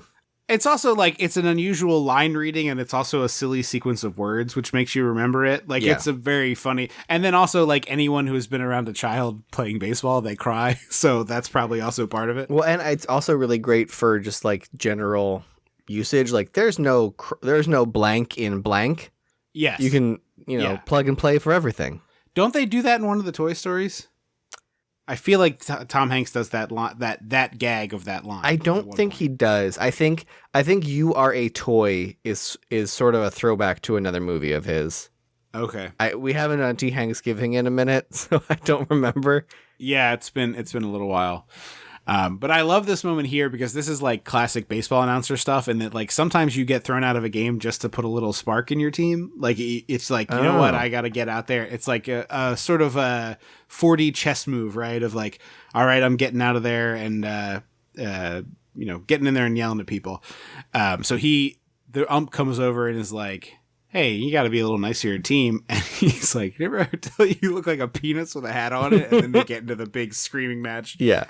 He gets tossed out, and you see it like fire up the players a little bit, and they kind of get over Biddy Schramm crying. This is where Geena Davis starts like realizing that the team needs attention, and so because they say this much. Ira comes up and he's like, hey, someone from the Times is here to write an article about you, Geena Davis, because we're pushing you for this, so give them a show. And it's like, oh, we need to be the Atlanta Bananas, basically. Yes, yeah. The Rockford Peaches are now the Savannah Bananas. She does a big split. What's great is that foul ball. You can see her decide to do a split. Yes, like she runs for the ball, and then you see her realize, like, wait, shit, I need to give him a show, and just like drops into a split. Yeah, and the flashbulb, just as she catches the ball. It looks pretty cool in the movie for sure. Yeah, it's iconic. And so we start to see all the other Savannah Banana isms. Like they bring out a banner that says "Catch a foul, catch a kiss." And so when Miss Georgia hits a foul, like probably purposely hits a foul ball, all of the sailors, because if you're in the crowd and you're a man, you're in a military uniform. If you're not an old man in a suit, I don't know where all these sailors are. I guess Illinois has, the training. They were grounds. Probably, yeah, that's exactly it. Yep. But it's a bunch of sailors, like full on the town sailor whites with the hat and the little like Sailor Moon ascot, scramble to catch the ball and kiss her. It becomes like a marketing montage. Oh yeah. Just like whatever we could do to get butts in the seats. Rosie O'Donnell does catches a ball falling into the stands and pops up with a hot dog in her mouth. I love that probably one. My favorite one of them. Yeah, where she's like pointing at it, and then Madonna is saying like, "Hey, I have an idea. What if at a really strategic point in the game, my uniform bursts open and my bosoms come out?" And Rosie goes, "You think there's men in America that ain't seen your bosoms?" And the rest of the women are like, "No, don't besmirch the game that way," which is kind of fun reaction. And then we get the black woman throwing a ball scene because the creators wanted to acknowledge. They were like, we wish we could have had a diverse cast, but to tell the story authentically, we couldn't. So we just wanted to acknowledge that there were black women who probably should have been on teams. In the 1880s, there was a touring, traveling black women baseball team that would like go around and play local teams. I think they did that. So I'm just saying, a full 65 years before this, that was a thing. Well, and Major League Baseball was not segregated at that point. Right? Not integrated. It was integrated because Jackie Robinson was the 50s, was it not? I think so. That's what I'm saying. Oh, okay. You used the wrong word. You said segregated instead. I said desegregated. Which I guess integrated is the same thing. 1947 was Jackie Robinson breaking the color barrier. So this had not happened yet. But yeah, that's why one of the things I did enjoy about the Amazon show is that they were able to explore that. Like they basically did that scene at tryouts where like the black girl shows up and like whips they're like, you can't play. And she's like, fine, like give us the ball back. And she like throws a real like line drive into someone's hand and like it hurts. And it's like, oh, and then she goes on to be in like the Black League. That's sort of almost Savannah Banana. Like it's very much showmanship, but it's not necessarily like bits. Yeah. The montage ends and it's like, oop, Marla's getting married, and then leaves the team. And I'm just like, the season's not that long. I know there's a war on. I know you've never known the touch of a man, but like, surely you could delay leaving the team for after the marriage, right? Like, go on your honeymoon after. There's a nice This is the first time we see, also in this montage, Dottie block the plate really well, which is, the catcher getting the ball at home plate. There's a big collision and the person is out because the catcher holds onto the ball, which is why the end of the movie makes me so mad, because we see her get trucked by a linebacker. Yeah. We see that this is like a vital. It also seems so shitty of like baseball rules that like you can just like stand directly in the way and win. They have changed the rules such that this doesn't really happen like this. They're adding clocks. They're changing like baseball. This ain't your grandma's baseball. The clock is great. You have to throw a pitch 15 seconds. You have 15 seconds after a pitch to throw the next pitch. It's excellent. It makes everything better. We get a nice bit with Geena Davis getting handed chewing tobacco by Tom Hanks, and then we see her spit later as part of this, which I kind of enjoy. And then they're having a nice moment on the bus talking about her husband.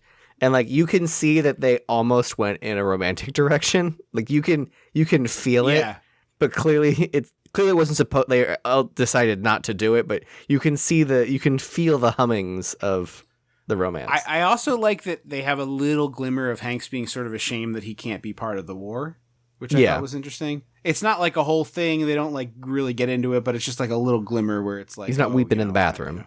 Right, right. And then Geena Davis gets him to drink a soda instead of his whiskey, I'm assuming. He strikes me as a whiskey man. Yeah, for sure.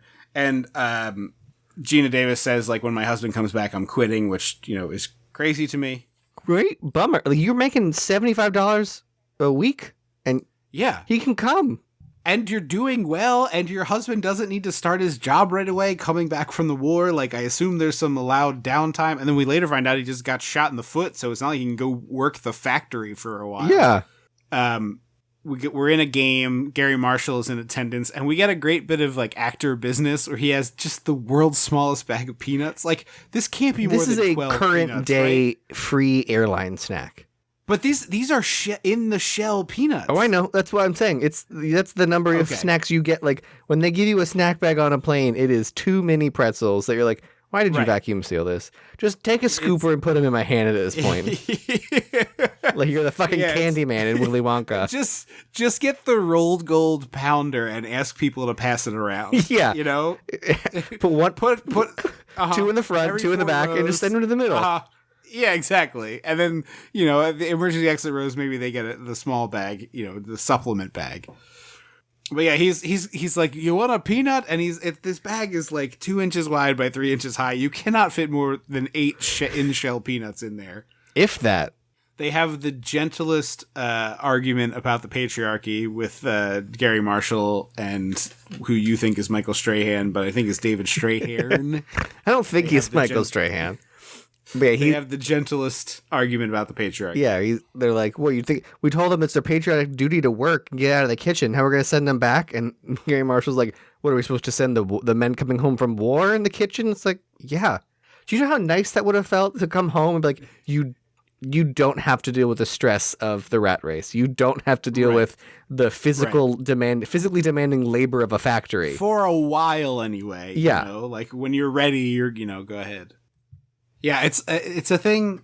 Obviously, we did not know what PTSD was back then, but like you'd hear stories where people were like, "Yeah, my grandpa never slept. He came back from World War II and just basically never slept again." It's like, gee, I wonder. Anytime my grandma dropped a pot in the kitchen, he hit the deck, and you're like, he shit his pants. Yeah, it's like, yeah, I wonder why. Also, just other tinier soapbox. PTSD does not stand for military trauma. PTSD can be for anyone can have PTSD. Right. That's fair. There's a big fight between the team, and ultimately this leads to Kit getting traded. And this is what I was talking about with just like, because Kit's getting tired on the mound, and they take her out. Geena Davis is like, she's done. Yeah. And Lori Petty gets real sad because she has two settings in this movie. She has angry and crying. Yep. Yeah, I mean, Lori Petty doesn't get a lot to work with as a character in this movie. That's 100% accurate. But I also, like I said, is like, clearly the triumphant moments in this movie belong to Kit, and it's like Kit kind of triumphing over adversity a little bit and moving on. But like, we don't see any of that because she gets traded, and then we don't see her again until the big game. Yeah, we really just don't see her until the game. She fucks off. Yeah, she did. Hey, buddy, I'm going to take you over to that race scene, whatever they are. I'm going to do a few loops around the block. Just kill some time. And then we'll pop you right back in for the World Series. Yeah, that's right. Yell at your sister, but I'll see you in the World Series. That's a good line. Say that. So, she bounces off. But it's just like, because Rosie pushes her buttons too far after the game, and they physically fight. Yes, yeah. She acts like a huge baby, like this whole thing. She's basically like, Geena Davis, you should be dimming your light so that I seem brighter, is how it reads. Yeah. And it's like, fuck off. Right. Get brighter. Yeah. Sucks to suck. Or just like, being the second best to the best player in the league is fine. Yeah. It's like sometimes you're going to be the main character in life. Sometimes you're not. You need to understand that is how that's going to work and be okay with that. Right. We had seen Biddy Schramm and another player working on a song before, and now we get to hear it. And it's kind of like it's a real song. It is a cover version of the real song written by an actual player from the league back. Oh, so it was written by a player for real. Yep. Yeah, it was written by 2 players back in the day, but it's like a very 1940s. I mean, that they could have credited to the real person. They may. I didn't look hard enough. But I mean, like weirdly, they rather than being like Bitty Schramm is writing it, they could have been like, no, what I'm saying is like I'm saying I don't know Bitty Schramm's character's name, so it could be the real person. I thought no one was a real person. I thought there were no real names. Oh, is that right? Okay, I didn't check. I thought there were no real names, but I could be wrong. Okay. But weirdly enough, there were 2 women named Dottie who played on the Rockford Peaches for the entirety of their run. Also, it's confusing that you have a Dottie and a Doris movie. You get another name. Pick one other name. Well, in real life, there were 2 Dotties. The War Telegram guy. This moment is this is not the right movie for this. It doesn't make any sense to me. He like knocks on the door and then he's like doing a bit shitty. Yeah, I'm doing a bit and then being shitty about like, I got to do another of these fucking dead soldiers. And it's like, hey, also, I'm sorry, motherfucker, do it after the game. Sure, he's still going to be dead in 2 hours. Right. Sorry, like I'm firmly of the belief that if someone has something important or joy-bringing or significant to them, and there is a tragedy that happens shortly before, you fucking wait. Yeah. The tragedy will still have happened in 3, unless they're the president, obviously, or some... there are extended circumstances. There are some obvious exceptions to this, but most of the time I'm with you. Yeah. But, like, if I'm about to go do a show and my grandma dies, wait till I bow to tell me. Yeah. Right. Yeah. So there is a nice moment here where the guy like won't give up the envelope and Hank steals it from him and throws him out. But I just don't think you need to have this moment in the movie. It's like you're watching like a fun, triumph over the patriarchy movie, and then it's like, oh snap, it's real. Like, just so you know, this was like a real thing and it happened during the war. It just doesn't add anything to me. I think it like we see Betty Spaghetti cry a bunch. Who cares? Why is that here? I think it's there to sort of hammer home why Geena Davis would be willing to leave. Like, she knows that she could have gotten one of those telegrams at any point, and now her husband is home, and she never has to worry about that. She's gonna hold him for it. Like, she's gonna not let him out of her sight. It's like the end of Stranger Things. Like, Will's pooping in a bucket in the living room for the rest of his fucking life. You say his mom won't let him out of her sight? Yeah. Lydia Dietz is not letting Will out of her fucking sight ever again. Do you know that there is a prequel Stranger Things Broadway show play coming to the Broadway? Yep. Okay. It is all of the adults as teens, including like Joyce as a teen? Yes, it is Joyce and Hopper and Sean Astin as a teen. Plus Gavin. Sean Astin doesn't get introduced to the show. Okay, but Sean Astin, they in the show they say that they were childhood friends. They were friends in their youth. Okay, so it's all the people that were there, and then Robert Englund's character, I think, Gavin Creel. Oh, okay. I think. Yeah. Okay. So it's like all those, but I don't know. I thought I saw an 11 type character in a device, so I don't know if it's like bookended with like 11 doing one of her like dream walks or whatever. Okay. Like Vision Quest things. Is there? That's an audience that exists, really? Apparently, am I that out of touch? Well, they saw the cursed child, and they were like, we want money, which is how anything operates. The photo sharing website saw the video sharing website do well and went, we want money, do videos here now. And it's like, you can be doing different things. You can have different stuff. Fuck. The game ends. Geena Davis is in her room, knock at the door. Bill Pullman limps into the movie. Hi, Bill Pullman. Anything to do. He's like barely a character. I always think he's dead. IRL. I think I've said this on the podcast before, but the Alamo Drafthouse in DC proper is decorated with movie presidents, and there's a full-on statue of Bill Pullman giving the speech in Independence Day. Yeah, who's the one who died though? There's one that's like a Bill Pullman type. Paxton. Yeah, Bill Paxton died. That's what it is. The Twister guy. Yes, and the Weird Science guy. So she's quitting. A thing I also have beef with Bill Pullman is like we never once see a moment where Bill Pullman has anything to say about the quitting, and it's like, is he in support of this? Does he think this is stupid? Like, there's he later says that's my wife. the moment should be she's like, okay, let's go home. And he's like, you're about to be in the World Series. Yeah. What are you talking about? And then This is she can incredible. push and be like, no, we're going home. Like, and then it makes sense that she changes her mind. Yeah, but this movie does a lot of things where like a character leaves the movie, makes a big choice, and comes back to the movie having made the choice. They do some real and Shakespeare we don't get shit. to see it. Well, it's just like, don't give me like the scene where, well, hold on. I want to talk about, avoid the clap where he signs a baseball for a That's kid. great. Great line. But her leaving the team right before the World Series, I just think this fucking sucks. And then they go down. They're at the last game of the World Series, and then she's back. She doesn't apologize to the team. She doesn't make a we don't speech to see. the team. So I think she's already because she's already on the field practicing with one of them. So I think she has apologized to the team. We just haven't seen it. Well, the movie didn't sure fucking show us. I said they do a lot of Shakespeare shit where they're like, that battle was intense, right? Yeah. A lot of people died. We just didn't show you. But like, I need a speech where she like walks in. She's like, one of the biggest mistakes of my life was walking away from all of y'all in this moment. Like, I want to be here. Let's win the fucking World Series. But then you don't get like, the reveal. Like, I think they traded her popping up and taking the mask off reveal for that. And then Tom Hanks buckles, man. I think he should have been like, you know what? We already have a fucking catcher who didn't quit on this team. Well, she's bruised, battered, and bankrupt. That pitcher, that catcher. Well, tough shit. I find it very annoying as a sports player. Rosie's dad comes, which is kind of nice. And we do get the briefest glimmer of a nasty superstition in the locker room.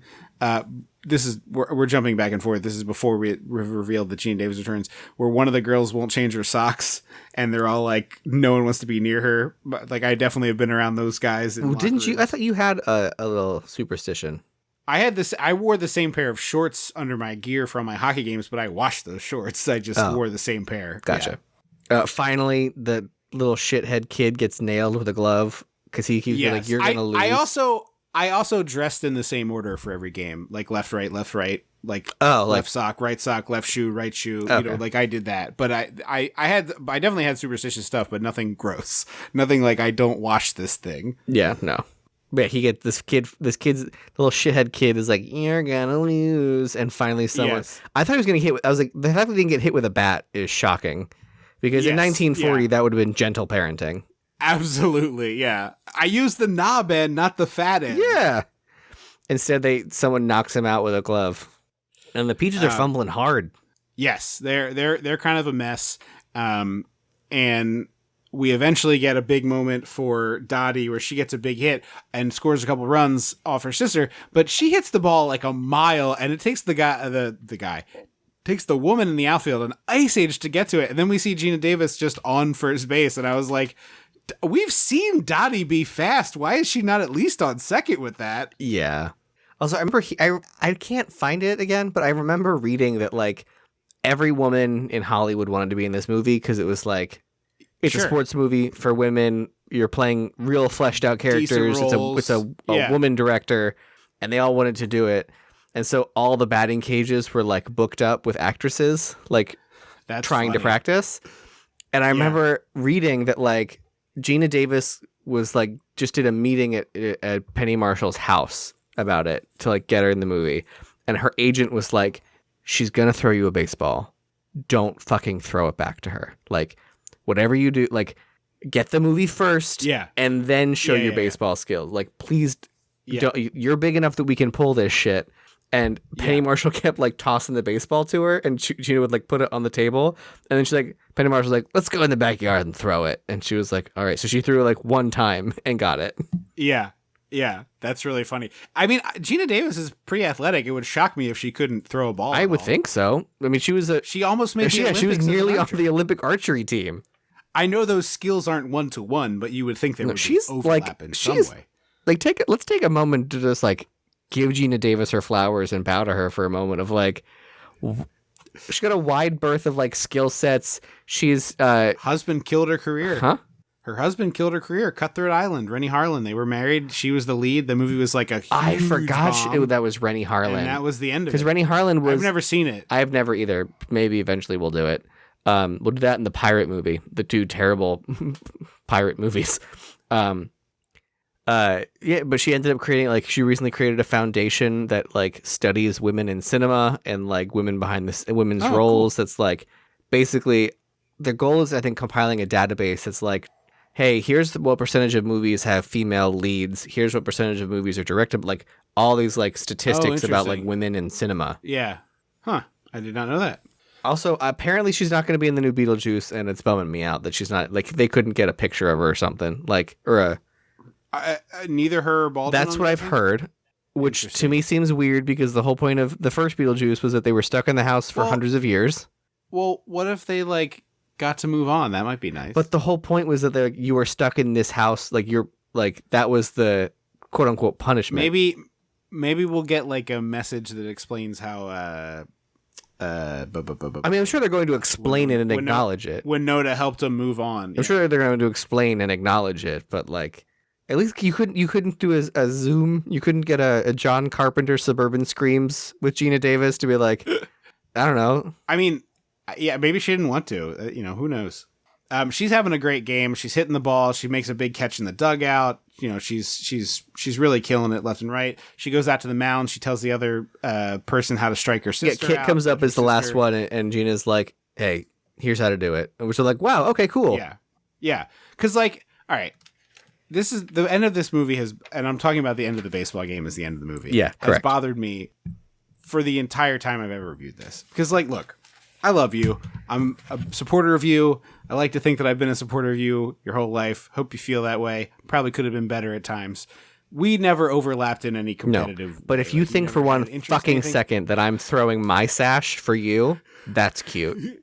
Right. Between opening pitch and last out, I'm going to step on your fucking neck. Mm-hmm. And when it's over, I'm going to give you a big hug. And if I lost to you and whatever, we'll be the Kelsey brothers at the end. But in the middle, right. Like, we're not. Like, I'm going to step on your fucking neck. Like, I hate it so much. I would never throw a competition for anybody, period, point blank. No. Which is why my boyfriend and I... Well, that's not true. What?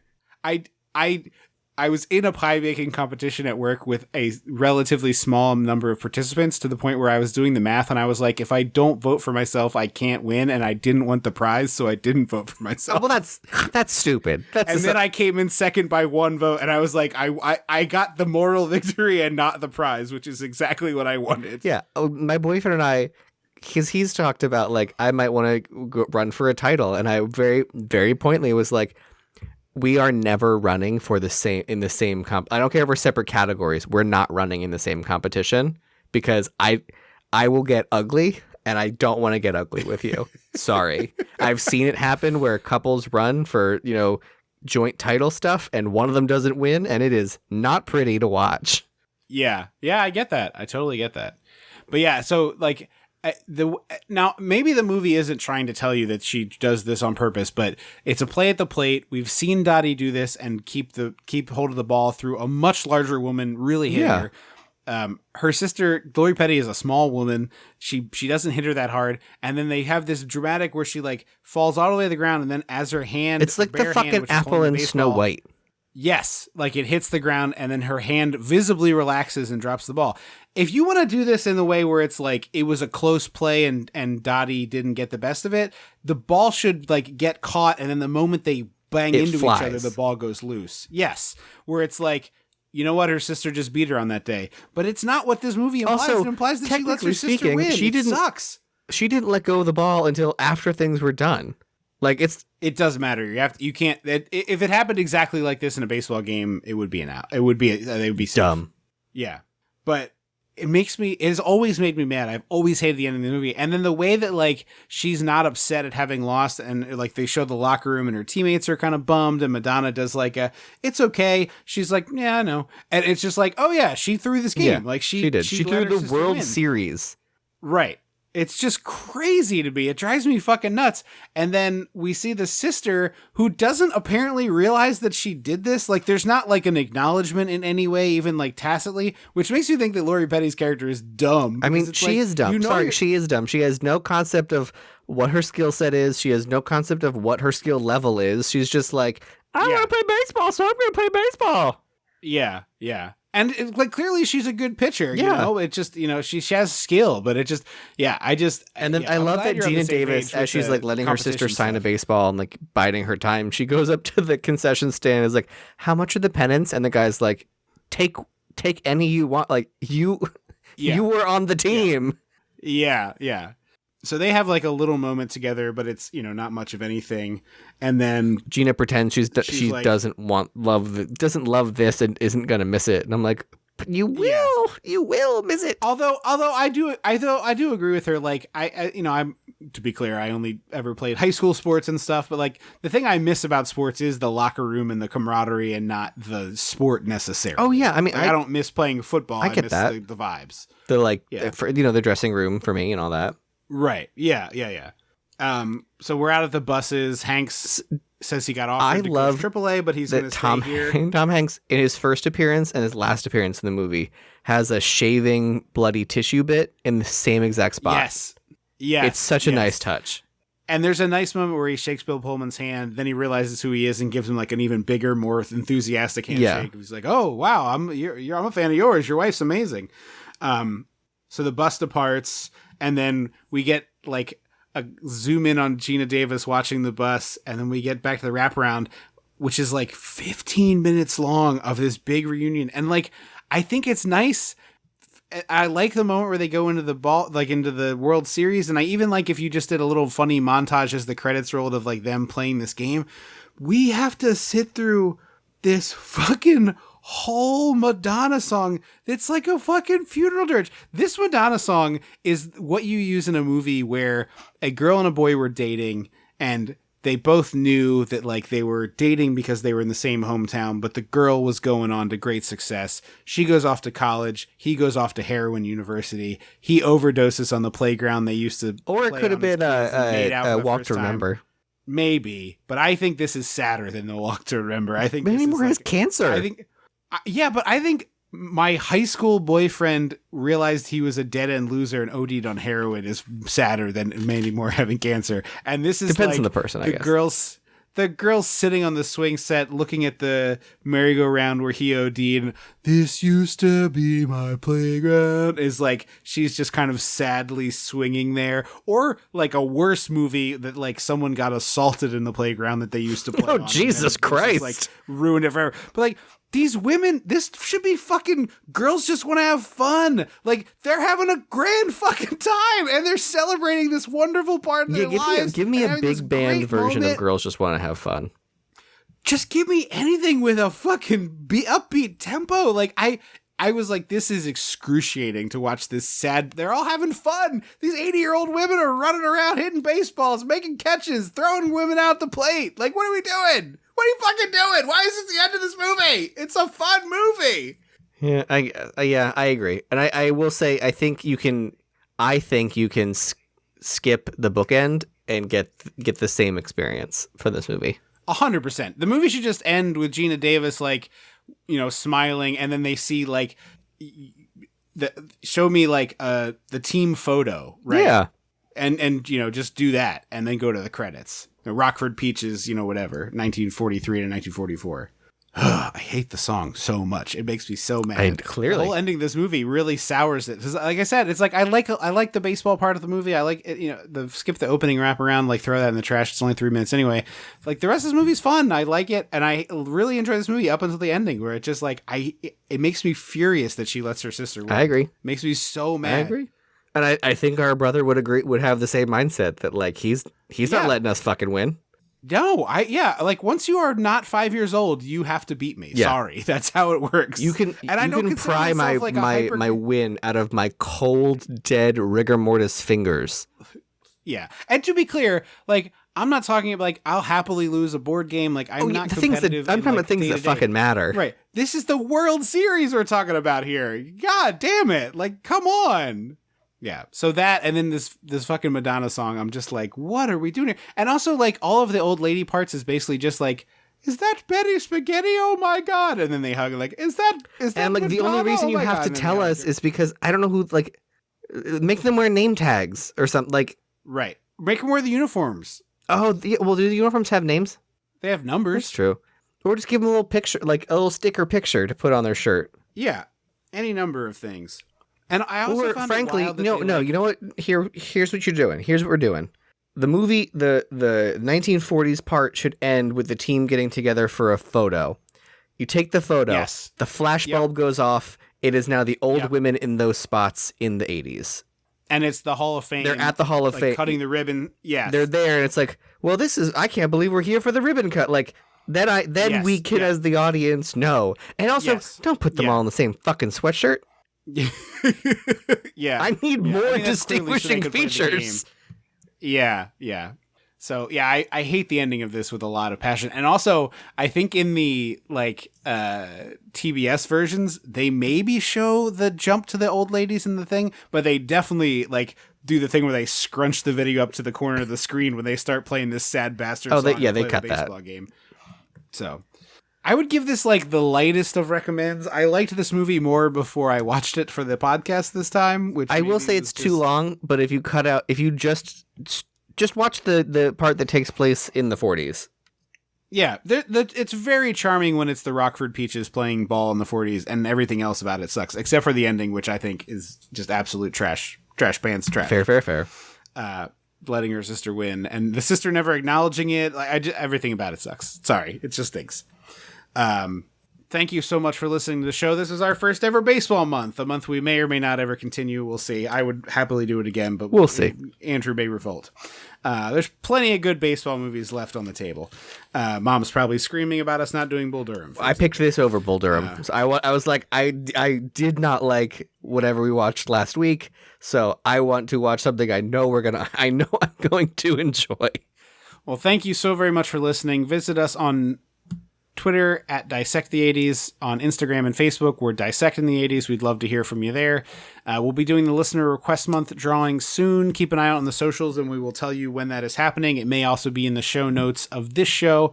We'll be doing that live stream on our Facebook page one evening in the next couple weeks. And then Listener Request Month starts in September. And then the Patreon folks will get theirs at the end.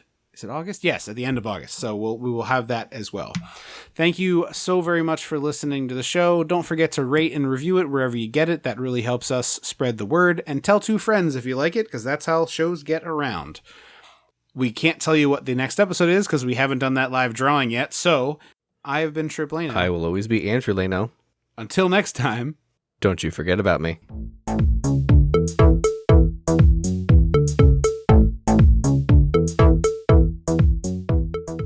Dissecting the 80s is a Chum Some of This production.